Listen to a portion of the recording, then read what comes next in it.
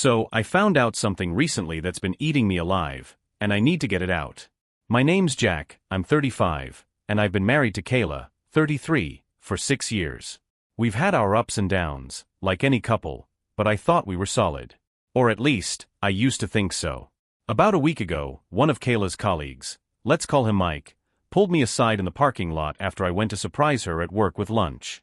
Mike isn't a close friend of mine, but we've had a few beers at company events. Anyway, he looked really uncomfortable, like he was about to tell me my dog died or something. And then he just said it, Jack, I don't know how to tell you this, but your wife's been talking about doing something really bad. And it's not just her. Her friend Mary is in her head, man. You need to talk to her. I didn't know what to say. I just kind of stood there, staring at him. I asked what he meant, and he sighed saying, it's this group Mary runs. She calls it a marriage ministry, but it's just messed up, Jack. She's been telling Kayla that she needs to explore her freedom, or some nonsense. Basically, she's convinced your wife that it's okay to cheat on you because you love her so much you'll forgive her. Like, it's some twisted power move. Kayla said she was planning to talk to you about it soon. I felt like the air got knocked out of me. Mike said he overheard Kayla talking to Mary on the phone in the break room, laughing like this was all some kind of game. He said he couldn't keep quiet, not when he's seen how much I care about Kayla. I thanked him, still kind of numb, and went home. I couldn't confront Kayla right away. I needed time to process. So I waited. That night, Kayla came home, all smiles, kissed me on the cheek, and asked how my day was. I just looked at her, wondering how long she's been planning whatever this is. She told me she was making steak for dinner, and honestly, I couldn't even eat. I kept picturing her laughing with Mary about this twisted plan. After dinner, Kayla offered me a beer, which isn't unusual, but something about the way she handed it to me felt deliberate. Like she was buttering me up. I took it, but I didn't drink it right away. Instead, I waited. She sat down across from me, all calm, like she was about to discuss our next vacation plans. And then she said it. Jack, there's something I need to talk to you about. Please keep an open mind. My stomach dropped. I nodded, but I could already feel my hands shaking. She started talking about how she's been feeling stuck in our marriage, like she hasn't been able to fully grow as a person. She said Mary has been helping her see that life is about experiences and that she feels like she's been missing out. Then she said it. Straight to my face. I want to explore outside our marriage, Jack. Just for a little while. It's not permanent. I'll come back to you, and we'll start the family we always talked about. But I need this, for me. I couldn't believe what I was hearing. I just stared at her. She looked so calm, like she was suggesting we try a new restaurant or something. She continued, saying she knows I love her deeply and that love means acceptance and understanding. That if I truly loved her, I would let her do this. That's what Mary told her. Real love means letting go and trusting your partner to come back. At this point, I was gripping the beer bottle so hard I thought it might shatter. I asked her if she was already seeing someone. She hesitated. Then she said no. But the way she said it, I don't believe her. I didn't say much after that. I couldn't. My brain was stuck in this buzzing fog of disbelief and anger. She reached across the table, trying to grab my hand. Jack, please. This is temporary. We'll be okay. I love you. You're my home. But I need to do this. I pulled my hand back. That's where we left it. She went upstairs to bed, and I stayed in the living room, staring at the wall until sunrise. I don't know what to do. Do I confront Mary? Do I try to reason with Kayla? Or do I just walk away?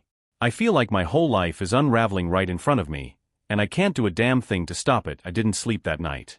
Not a wink. I sat in the dark living room, the untouched beer still clutched in my hand, running everything Kayla said over and over in my head. Temporary? Exploring? Growth? It sounded like a self-help book for sociopaths. Around 5 a.m., I finally got up, dumped the beer in the sink, and just stared at my reflection in the kitchen window. I looked like a ghost, dark circles under my eyes, jaw clenched so tight it hurt. Kayla came downstairs around 7, wearing her fluffy pink robe, looking like she hadn't dropped a nuclear bomb on our marriage just hours earlier. She kissed me on the cheek, and asked if I wanted eggs for breakfast. I just stared at her, and she froze mid-step. Maybe it was the look on my face, Or maybe she realized I wasn't playing along with whatever fantasy script Mary handed her. "Jack, please say something," she said softly. "What do you want me to say, Kayla? That I'm excited for your personal growth journey? That I'm thrilled you want to go out and explore while I sit here and wait for you to come back?" My voice cracked on those last words, and I hated myself for it. She looked down, like a kid caught sneaking cookies before dinner. "It's not like that. You're making it sound so ugly. This is supposed to be about love, Jack. About trust. Love," I said, nearly laughing. "You want to go sleep with other men, Kayla. You want to cheat on me, but you think if you slap a flowery label on it, I'll just nod along like some spineless idiot. Is that what Mary told you? That I just roll over because I love you too much to walk away?" She flinched at that. "Good. Mary's been helping me, Jack. She's been opening my eyes to things I've been ignoring about myself. I'm not saying this to hurt you. I thought if I was honest, if I told you everything up front, we could—" I cut her off. "Stop. Just stop." I couldn't listen to her anymore. I grabbed my keys and walked out the door, leaving her standing there in the kitchen with her perfect little speech falling apart in real time. I had no plan. I just drove. Past the grocery store, past the park where we used to walk on weekends, past the coffee shop where we had our first date. My mind was screaming, but at the same time, it was blank. I ended up in the parking lot of a diner about 30 minutes out of town. I ordered coffee I didn't drink and stared at the cracked vinyl booth across from me, imagining Kayla sitting there, smiling like nothing was wrong. At some point, I pulled out my phone and did something I never thought I'd do. I texted Mike. "Can we talk? I need to know everything you heard." He replied almost instantly. "Meet me after work. My place. I'll tell you everything." The rest of the day was a blur. I didn't go back home. I couldn't. I drove around aimlessly until 5:30 rolled around, then parked outside Mike's apartment complex. He let me in, offered me a beer, which I turned down, and we sat on his mismatched couch in awkward silence for a moment before he started talking. "Jack, man. I hate that I'm the one who had to tell you. But it's worse than I let on. Mary's not just giving Kayla bad advice. She's grooming women, man. Convincing them that marriage is a power struggle, and that the way to win is to take control. Emotionally, financially, even physically. Kayla's been soaking all of it in." I swallowed hard. Did Kayla say who she was planning to explore with? Mike hesitated. She didn't name names, but she mentioned someone from Mary's group. Someone experienced, who could help her adjust. I felt sick. "Jack, I don't know what kind of hold Mary has over these women, but she's dangerous. My girlfriend went to one of her marriage seminars last year, and it took months for her to snap out of the crap Mary drilled into her head. She's not running a ministry, man. It's a cult. A cult." I thanked Mike and left, my ears ringing with that word. A cult. When I pulled into my driveway later that night, Kayla's car was gone. I walked inside, and there was a note on the kitchen table in her delicate handwriting. "Jack, I'm spending the night at Mary's. I think we both need some time to cool down. Please try to understand where I'm coming from. I love you." I crumpled the note in my fist and sat down at the table, staring at the spot where she'd been sitting the night before, calmly explaining how she was about to destroy our marriage for the sake of her growth. And now she was at Mary's. I don't know what tomorrow's going to look like, but I do know one thing. I'm done playing nice. Kayla didn't come home the next morning. Or the morning after that. The note sat crumpled in the trash can, mocking me every time I walked past it. I couldn't eat, I couldn't sleep. I felt like I was living in some alternate reality where my wife, was off at some shady so-called marriage ministry, being spoon-fed garbage about how ruining our marriage was somehow empowering. By the third day, I'd had enough. I wasn't going to sit around waiting for her to come back with some smug smile and a pre-rehearsed speech from Mary about how I needed to be supportive of her journey. I decided I was going to that house. Mary's house isn't far, big place on the edge of town with this faux zen aesthetic. You know the type, wind chimes, garden gnomes, some cliché inspirational quote carved into a wooden sign out front. I parked across the street and just sat there for a minute, gripping the steering wheel. There were 2 other cars in the driveway, and one of them was Kayla's. Seeing her car there, it hit me in a way I wasn't prepared for. Like a punch to the gut. I walked up to the front door and knocked. Nothing. I knocked harder, then started banging until someone finally opened it. It wasn't Mary, it was Kayla. She looked different. Her hair was pulled back in this tight bun she never wore, and she had this calm, almost serene expression on her face. But her eyes, they looked tired. Like someone had wrung her out and hung her up to dry. "Jack," she said softly, stepping outside and closing the door behind her. "Kayla, come home," I said, trying to keep my voice steady. "Please. Let's just go home and talk. Just you and me. No Mary, no seminars, no, whatever this is." She reached out and touched my arm, and for a split second, I thought I'd gotten through to her. But then she said, "Jack, you need to understand, this is something I have to do for me. I'm learning so much here. I'm becoming someone better. Someone freer." "Freer?" I repeated, almost laughing. "Kayla, do you even hear yourself? What does freedom mean to you? Sleeping with strangers while I sit at home and wait for you to grow? Is that what Mary told you? That love means breaking your vows and expecting me to just deal with it?" Her face twitched slightly, like she was trying to hold on to whatever script Mary had given her. "It's not about sleeping with other people, Jack. It's about exploring possibilities." "Oh, cut the crap, Kayla." I snapped, and her eyes widened. "You're not some lost teenager trying to find herself on a backpacking trip across Europe. You're my wife. And you're being manipulated by a woman who doesn't give a damn about our marriage." The door creaked open behind her, and there she was, Mary. She was exactly what I expected. Mid-40s, flowy dress, this fake, plastered-on smile that didn't reach her eyes. "Is there a problem here, Kayla?" she said, her voice smooth like syrup. Kayla hesitated, glancing between me and Mary. No, everything's fine." Mary turned her gaze to me, sizing me up like I was some unruly pet that wandered into her perfectly manicured yard. "Jack, was it? Kayla has made it clear that she needs space to find herself. You should respect her wishes." "Oh, respect her wishes? Like how you've been feeding her this poison about dominating our marriage and exploring her freedom, while I'm supposed to sit at home like a doormat." Mary's smile didn't falter. "Jack, marriage isn't about control or ownership. It's about trust and growth. Kayla is learning to step into her power, and if you truly love her, you'll support her through this." I stepped closer, lowering my voice. "You're a snake, Mary. And I don't know how many marriages you've managed to sink your claws into, but you're not taking mine. Kayla's coming home with me." "Jack, stop," Kayla said sharply, stepping between us. "You're embarrassing me." I stared at her, stunned. Embarrassing her? Was she serious right now? Mary placed a hand on Kayla's shoulder. "Perhaps it's best if you go, Jack. Kayla will come home when she's ready." If she's ready. That was it. I couldn't take any more. I turned and walked back to my car, but before I got in, I turned around and shouted, "Kayla, this isn't you. You're smarter than this. Please wake up." She didn't say anything. She just stood there, her arms wrapped tightly around herself, as Mary gently guided her back inside and shut the door. I sat in my car for a long time after that. Long enough for the sun to dip below the horizon. When I finally drove home, the house felt colder, emptier. I sat at the kitchen table, staring at the spot where Kayla had told me about her plan. And that's when I made a decision. If Mary thought she could waltz into my marriage and rewrite the rules, she was wrong. I wasn't going to sit back and let this happen. Kayla might be wrapped around Mary's finger right now, but I know my wife. Somewhere deep down, she knows this is wrong. And I'm going to remind her. I spent the next day trying to figure out my next move. I wasn't about to let Mary keep poisoning Kayla's mind, but every time I thought about confronting her again, I felt like I was punching water.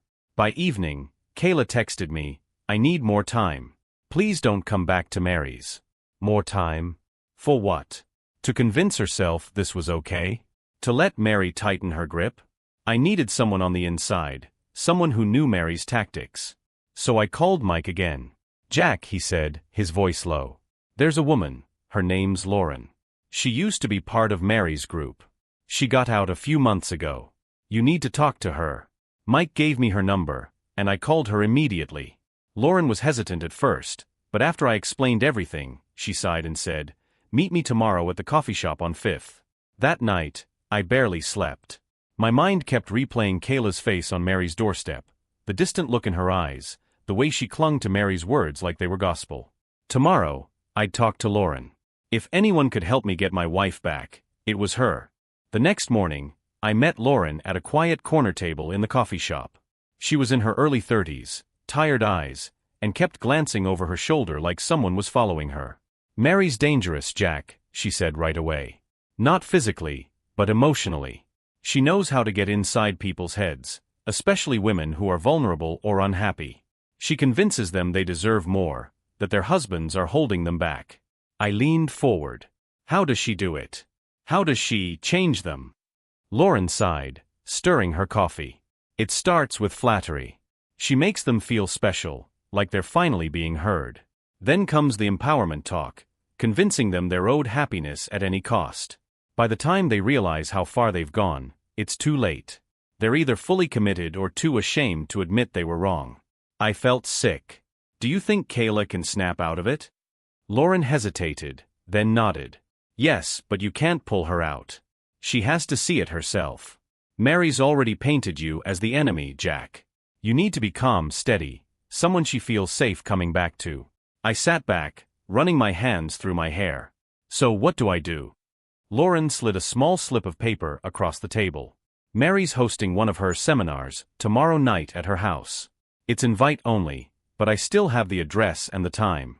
I stared at the paper, my chest tightening. "You're telling me to go there?" "I'm telling you to see what's happening," Lauren said firmly.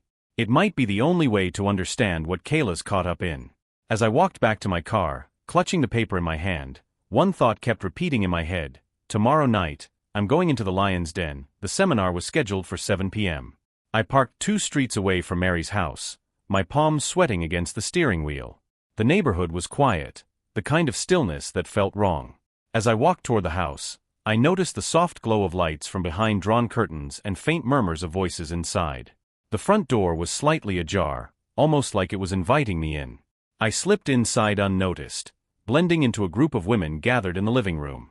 Mary stood at the front, her flowy dress and serene smile giving her the aura of some twisted guru. Kayla was there too, sitting near the middle, her face blank, eyes focused on Mary like she was hanging onto every word. Mary was talking about freedom. About how women shouldn't feel trapped in traditional roles. About how marriage should serve them, not the other way around. Every word dripped with manipulation, twisted just enough to sound empowering while driving a wedge between partners. But then Mary's voice shifted, softer, almost conspiratorial. "Your husbands, they think they own you. They'll call you selfish, dramatic, even crazy. But they're just scared. Scared of losing control. Scared of losing you." Some women nodded, others looked down like they were ashamed. Kayla, though, was staring straight ahead, her lips pressed tight. I wanted to grab her hand and pull her out of there, but Lauren's words echoed in my head: she has to see it herself. The seminar ended around 9. Women started filtering out, some chatting in hushed voices, others hugging Mary like she'd just saved their souls. I stayed hidden near the stairs, waiting until Kayla was alone in the corner, checking her phone. I stepped out, my voice low. "Kayla." She flinched and turned around, her face pale. "Jack? What are you doing here?" "Please," I said softly, stepping closer. "Come home with me. Just come home." Her eyes filled with tears, and for a moment, I thought she might say yes. But then Mary appeared behind her, hand resting lightly on Kayla's shoulder. "Kayla, is everything okay?" Mary's voice was like velvet, smooth and suffocating. Kayla froze, her expression hardening. I can't, Jack. Not yet." I swallowed the lump in my throat and nodded slowly. "Okay. But I'll be here, Kayla. I'm not giving up on you." Mary's smile widened as she gently guided Kayla away, her voice low but pointed. "Goodbye, Jack." I walked out into the cold night air, my chest tight with frustration and heartbreak. Kayla was still in there, somewhere beneath Mary's influence. But getting her back, that was going to be a war. I barely slept that night. Every time I closed my eyes, I saw Kayla's face, her distant stare, the way she froze when Mary touched her shoulder. It was like watching someone I love sink into quicksand, and every time I reached out, Mary pulled her deeper. By morning, I decided I couldn't keep waiting for Kayla to wake up on her own. I needed leverage. Something to break the hold Mary had over her. I called Lauren again. "Lauren, I need something on Mary. Anything. There's gotta be dirt on her." Lauren hesitated. Jack, digging into Mary is dangerous. She's careful, almost nothing sticks to her. But, there's one thing. Money. What about it? Mary doesn't run this ministry for free. She pressures women into donating, big amounts. Savings, inheritances, even loans. If Kayla's been spending money there, that might be your angle. That hit me like a punch to the gut.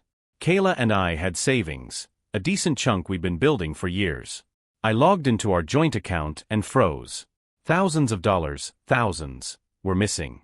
Multiple transfers over the last 2 months, all to some vague LLC connected to Mary's so-called ministry. My hands were shaking as I scrolled through the transactions. Kayla wasn't just being manipulated emotionally, Mary had her hooked financially too. I snapped a photo of the transactions with my phone and texted them to Lauren. Jack, she replied almost immediately, this is huge. If Kayla sees this, it might wake her up. I stared at the screen, at the numbers draining from our future, and I realized I had to confront Kayla again. But this time, I wouldn't beg her to come home. This time, I'd show her the damage Mary was causing in cold, hard numbers. Kayla needed to see the truth. And I wasn't leaving until she did, waited until evening, giving myself time to calm down and plan what I'd say. Showing up angry wasn't going to help. Mary would just spin it, twist my emotions into proof that I was the bad guy. Around 7 p.m., I texted Kayla, we need to talk. Alone. Please meet me at the park. No Mary, no group. Just us. It took her 15 minutes to respond. Okay. 8 p.m. I got there early, sitting on one of those weathered wooden benches under a flickering street lamp. The air was cold, the kind that bites at your face, but I didn't feel it. My heart was pounding too hard. At 8:05, I saw Kayla walking toward me. She had her hands shoved deep into her coat pockets, her head down. When she looked up, her face was tight, guarded. Jack, why are we here? Sit down, Kayla. Please. She hesitated but sat at the far end of the bench. I pulled out my phone and opened the screenshots of our bank account transfers. Did you think I wouldn't notice this? I asked, holding the screen up to her. She froze. Her lips parted slightly, and for a second, I saw guilt flash across her face. Jack, I was going to tell you. It's not what you think. Not what I think. Kayla, you've drained thousands of dollars from our savings. Money we planned to use for a house, for kids, for us. And for what? Mary's ministry? She looked away, her shoulders trembling. It's an investment, Jack. In myself. In my happiness. Mary said. No. I cut her off, my voice sharp but steady. This isn't an investment. This is theft. From me. From us. Mary's not helping you, Kayla. She's using you. And she's using our money to do it. Tears started pooling in her eyes, but she shook her head stubbornly. You don't understand, Jack. You never understood. I needed this. I needed something for me. For you? Kayla, I've always supported you. Every hobby, every career change, every rough patch, we've faced it together. But this. I gestured at the phone. This isn't you. This is Mary. She wiped at her face, breathing heavily. For a moment, she looked so small, so lost. Kayla, I said softer now, leaning forward. Look at what she's done. Look at what she's taken from us. Please, come home. Let's fix this. Together. She looked at me then, really looked at me. And for a split second, I thought I'd broken through. But then she stood up, her face hardening again. I need to think, Jack. I can't. Kayla. But she was already walking away, her coat wrapped tightly around her like armor.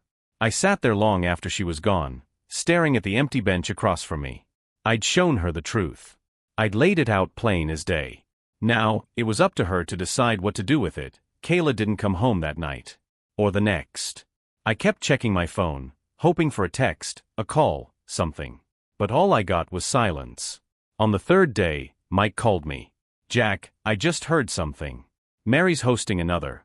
Let's call it an intensive session tonight. It's different from the regular seminars. More private. More persuasive.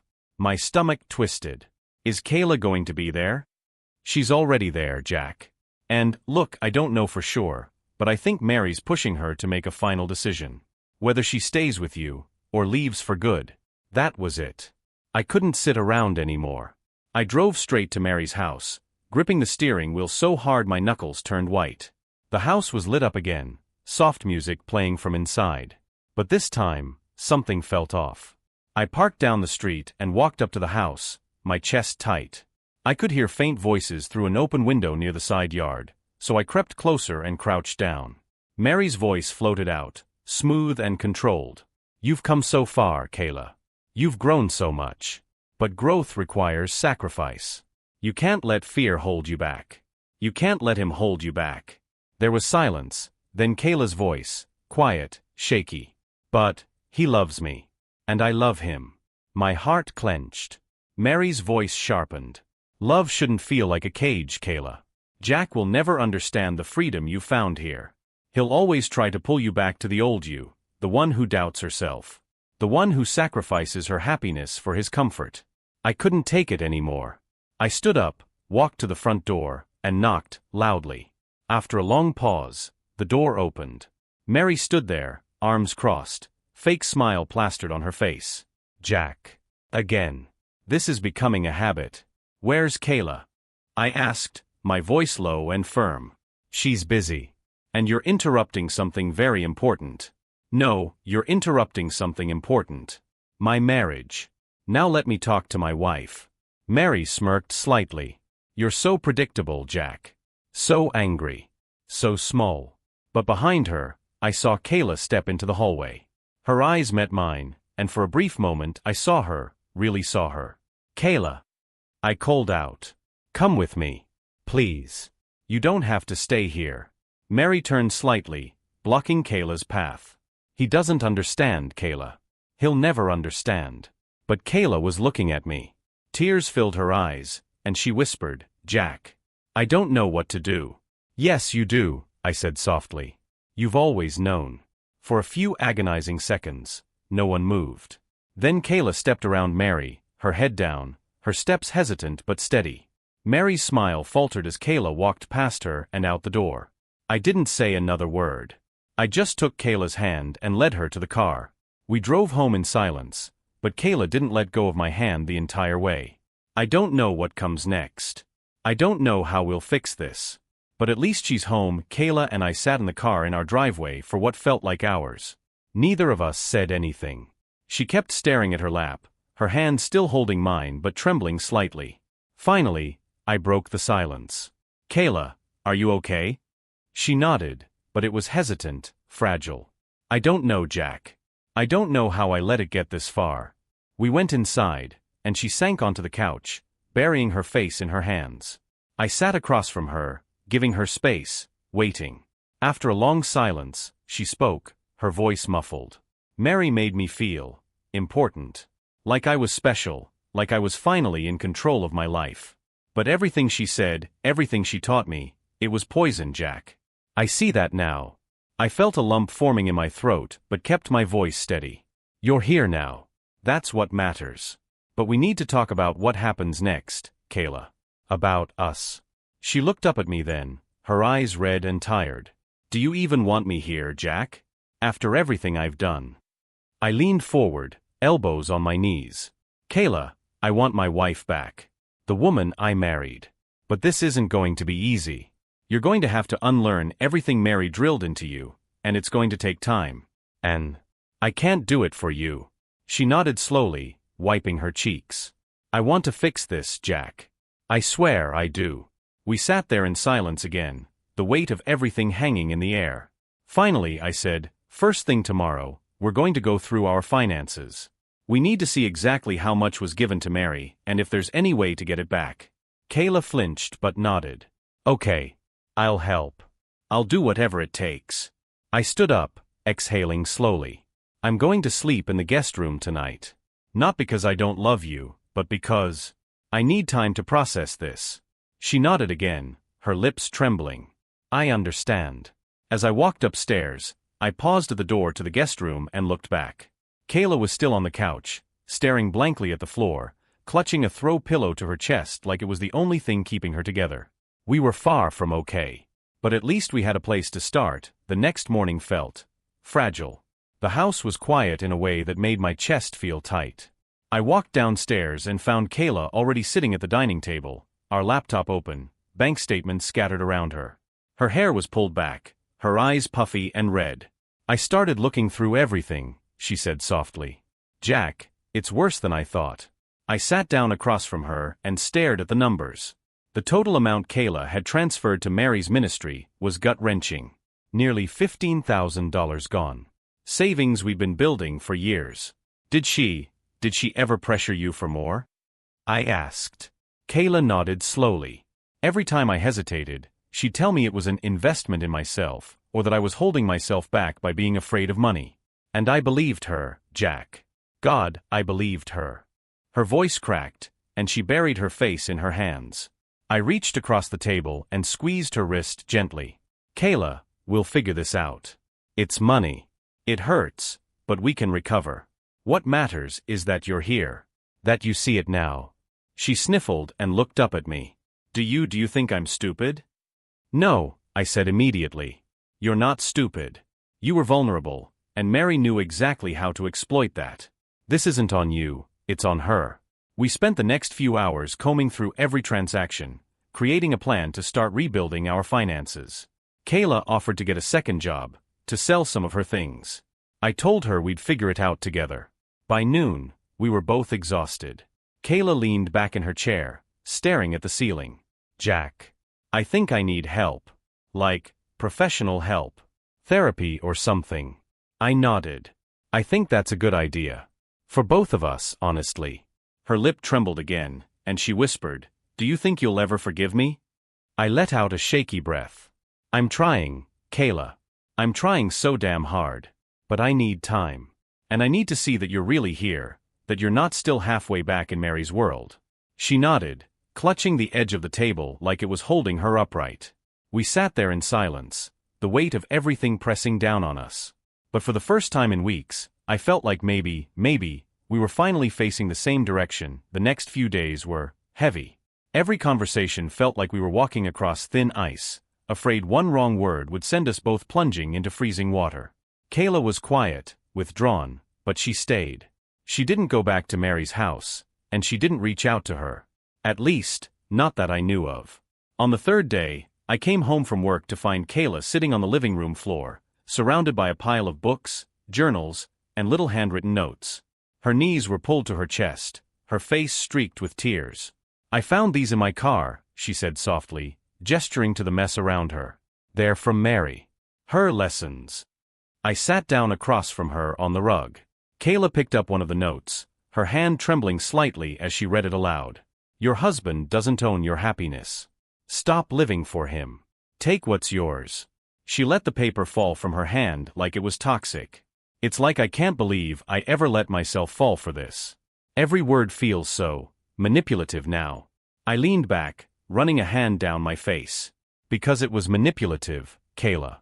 Mary isn't some wise mentor, she's a predator. And she found a way to sink her claws into you." Kayla stared at me for a long time before speaking. "Jack, do you hate me?" I froze for a second, the question hitting me harder than I expected. "No, Kayla. I don't hate you. I'm angry, and I'm hurt, but I don't hate you." Her lip quivered, and she buried her face in her hands. "I don't know how to come back from this. I don't know how to fix this." "You start by being honest," I said. "With me. With yourself. No more hiding things, no more secrets. We can't move forward if we're still looking over our shoulders." She nodded slowly. "Okay, then. I need to tell you something." My stomach tightened. "Go ahead." Mary had me. She had me talking to someone. Someone from her group. A man. I clenched my jaw but stayed quiet, letting her talk. It wasn't physical. I swear, Jack. But it was emotional. She made me believe that connecting with someone else would help me grow. That it was part of my journey. And I let it happen. We texted, we talked on the phone. I even met him once for coffee. "Did anything happen?" I asked, my voice barely above a whisper. She shook her head violently. "No. Nothing physical. But I let him into places in my mind and heart that were supposed to be just for you. And I'm so sorry." I looked away, staring at the pattern on the rug, trying to process what she'd just said. "Jack, please say something," she whispered. "I'm glad you told me," I said, my voice hoarse. "But it's going to take me time to work through this. I won't lie to you and say I'm okay, because I'm not. But if you're being honest now, really honest, then it's a start." She reached for my hand, and for a moment, I hesitated. But then I let her take it. "I want to be better, Jack," she said through her tears. "I want to undo everything Mary did to me. I want us back." "We'll get there," I said, though I wasn't entirely sure if I believed it yet. We spent the rest of the night going through those notes together. Some of them were laughably manipulative, others were downright sickening. It felt like peeling layers off a rotten onion, every page revealing more of the stench underneath. At one point, Kayla threw one of the journals across the room. "How did I not see it, Jack? How did I let her get so deep into my head?" "Because she's good at what she does," I said. "She finds cracks and drives wedges into them. It's not your fault, Kayla. You were hurt, you were vulnerable, and she took advantage of that." Around midnight, Kayla grabbed a box from the closet and started packing every single note, every book, every piece of Mary's influence into it. "I want this out of the house," she said firmly. The next morning, we drove to a dumpster on the edge of town. Kayla hesitated for a second, staring down at the box in her hands. "Are you sure about this?" I asked. She nodded. "Yeah, I'm sure." One by one, we tossed everything into the dumpster. Kayla's hands were shaking, her face pale, but there was a finality in her eyes that I hadn't seen before. When the last book hit the bottom of the metal bin, she let out a shaky breath. "It's over." "It's a start," I said softly. On the drive home, Kayla reached across the center console and grabbed my hand. "Jack, I know this is going to take time, but thank you for not giving up on me." I squeezed her hand gently. "We've got a long way to go, Kayla. But I'm here." We pulled into the driveway, the house looking a little less cold than it had the day before. For the first time in weeks, I felt a flicker of hope. But deep down, I knew this wasn't over. Mary wasn't the type to let go without a fight. The days that followed felt fragile. Kayla and I tiptoed around each other, trying to stitch together the frayed edges of what we once had. She started therapy, something she insisted on doing alone for now. I respected that. One evening, I came home from work and found Kayla cooking dinner. It felt so normal that it almost made me forget everything. Almost. As we ate, Kayla broke the silence. "I blocked Mary's number today." I froze mid-bite, staring at her. "You did?" She nodded, her voice steady. "And I left every group chat. I'm done, Jack. I'm done with her." A wave of relief crashed over me, but it was mixed with caution. I wanted to believe her, I needed to believe her, but trust doesn't just snap back into place. That's good, Kayla. That's a big step." She smiled faintly, but there was exhaustion behind her eyes. "I know this doesn't fix everything, Jack.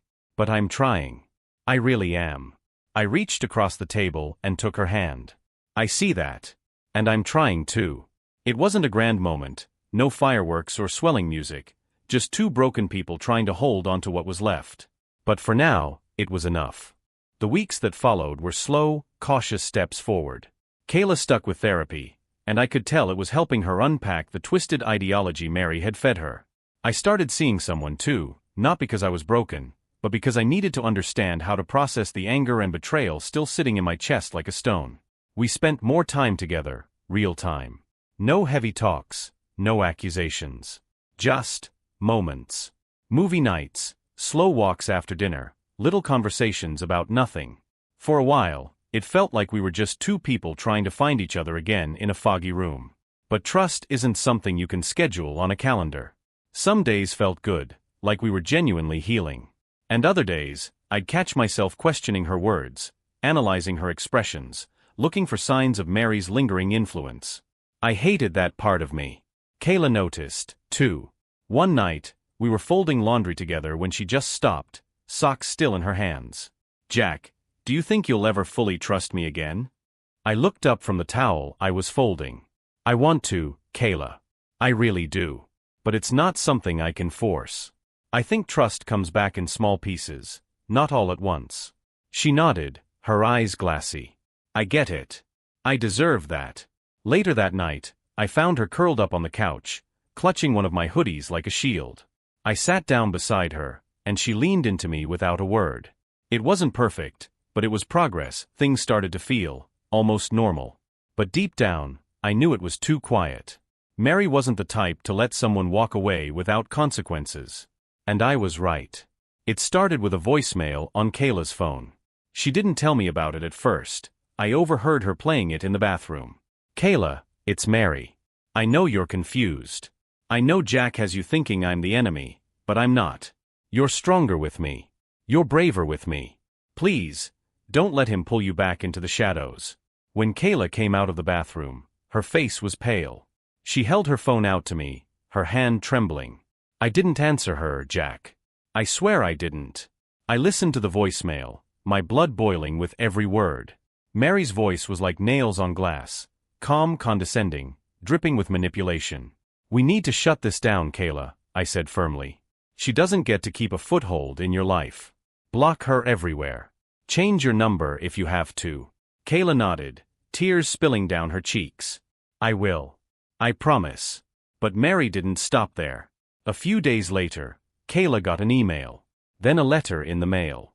Each message more desperate, more insistent.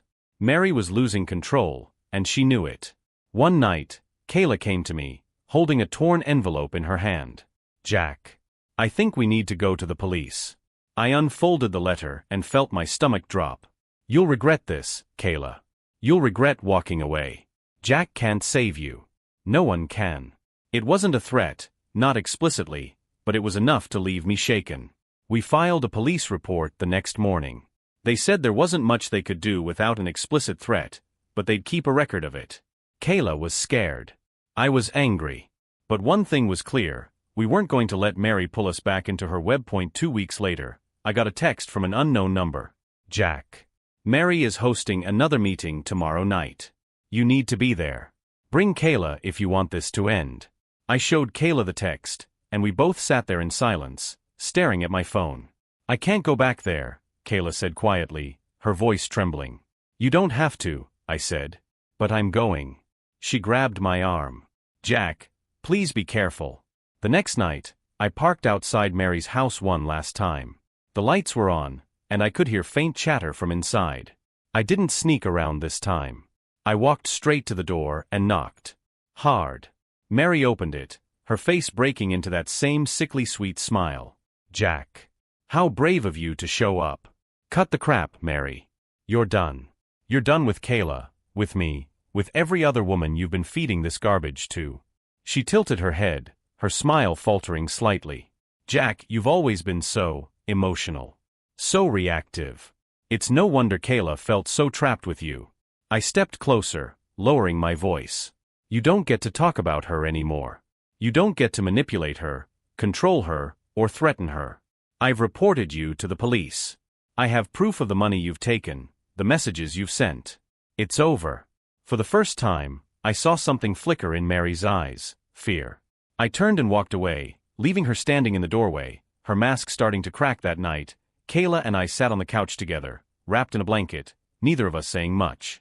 It felt like the final thread tying Mary to us had snapped, but the damage she'd done was still there. "Do you think she's really gone this time?"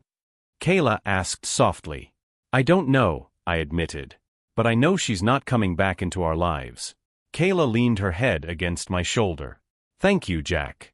For fighting for me when I couldn't fight for myself." I kissed the top of her head and closed my eyes, letting out a breath I felt like I'd been holding for months. It's been a few months since that night. Mary's group seems to have scattered, either from fear of exposure or because they realized the truth. Kayla and I are still in therapy, both together and separately. Some days are better than others, but we're healing. Slowly. Trust isn't something you rebuild overnight. There are moments when I still feel the sting of everything that happened, and I know Kayla carries her own guilt. But we're working on it. Last weekend, we went to the park, the same one where I showed her those bank statements. We sat on that same bench, this time holding hands, watching the sunset. "I love you, Jack," she said, her voice steady. "I love you too, Kayla. It wasn't perfect, but it was real. And for now, that's enough."